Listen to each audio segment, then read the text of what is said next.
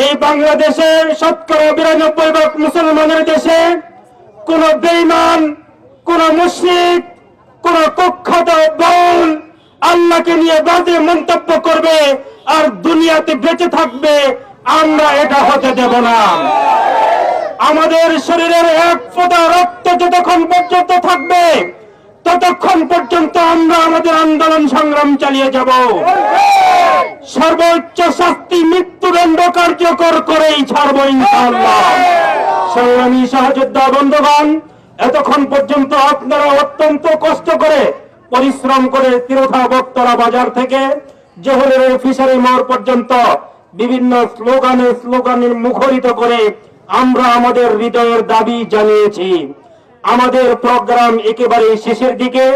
এ পর্যায়ে সংক্ষিপ্ত ভাবে বক্তব্য নিয়ে আসবেন রামনগর দক্ষিণপাড়া মসজিদের সম্মানিত ইমাম মাওলানা নুরুল আমিন সাহেব।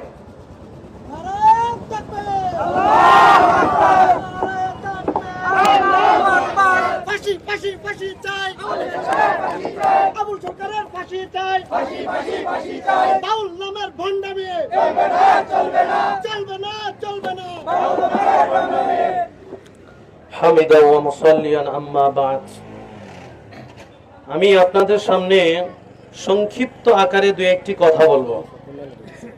বাংলাদেশ বাউল নামে একটা কিতাব আছে।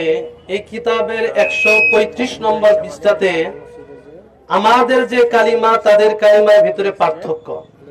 তাদের কালিমা কি?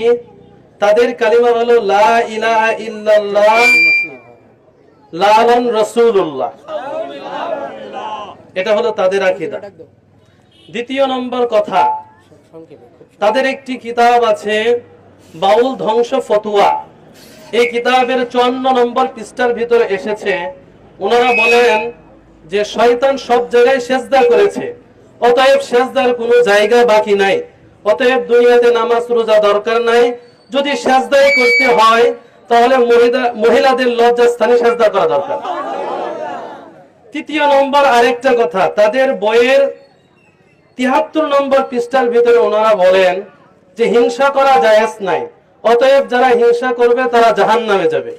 এজন্য কোনো পীর, তাদের সরকার যদি কারো বউকে চায়, শিষ্যের বউকে চায়, আর যদি শিষ্য তার বউকে দিতে প্রস্তুতি না থাকে, হিংসা করে, তাহলে সে হিংসা করলো আর সে জান্নাতে যাইতে পারবে না। এজন্য তোমরা বউ দাও আমার কাছে, তাহলে তোমরা জান্নাতে যাইতে পারো। এজন্য এমন ভ্রান্ত আকীদার যে মানুষগুলো থাকে